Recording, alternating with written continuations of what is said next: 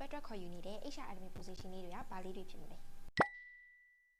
အားလုံးပဲမင်္ဂလာပါညီမကဒီနေ့မှာတော့ HR admin sector မှာ open ဖြစ်နေတဲ့ vacancy လေးတွေကို sharing လုပ်ပေးသွားမှာပဲဖြစ်ပါတယ်ပထမဆုံးအနေနဲ့ FMCG company တခုမှာ talent acquisition manager position ခေါ်ယူနေပါတယ်ရှင်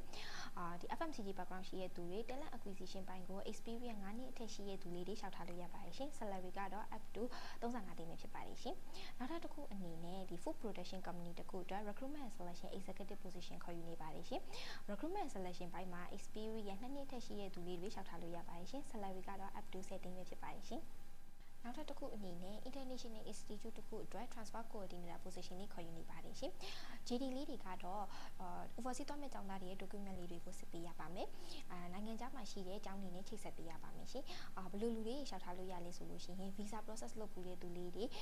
ဒီနိုင်ငံခြားကျောင်းတွေနဲ့ချိတ်ဆက်ပြီးလုပ်ပူတဲ့သူလေးတွေရှောက်ထားလို့ရပါတယ်ရှင် salary ကတော့ up to 15သိန်းပဲဖြစ်ပါတယ်ရှင်နောက်ဆုံးတစ်ခုအနေနဲ့ IT service company တခုအတွက် admin support position နဲ့ခေါ်ယူနေပါတယ်ရှင်လောကမဲ့ GD လေးတွေကတော့ဒီအခွန်ပိုင်းနဲ့ပတ်သက်ပြီး handle လုပ်ပူတဲ့သူလေးတွေ document ပိုင်းနဲ့ပတ်သက်ပြီး handle လုပ်ပူတဲ့သူလေးတွေရှောက်ထားလို့ရပါတယ်ရှင်နိုင်ငံခြားအခြေစိုက် company ဖြစ်တဲ့အတွက်ကြောင့်မို့လို့ English လို့တော့ communicate လုပ်နိုင်ရပါမယ်ရှင် salary ကတော့ up to 15သိန်းပဲဖြစ်ပါတယ်ရှင်အခုညမပြပြသွားတဲ့ position လေးတွေအကြောင်းစိတ်ဝင်စားရဆိုလို့ရှိရင်เนาะအသေးစိတ်ကို My Work Career website မှာတွားပြီးတော့လေ့လာနိုင်ပါတယ်စိတ်ဝင်စားလို့ CV ပို့ချင်တယ်ဆိုလို့ရှိရင်เนาะဖော်ပြထားတဲ့ email လေးကို CV လေးပို့ပေးနိုင်ပါတယ်ရှင်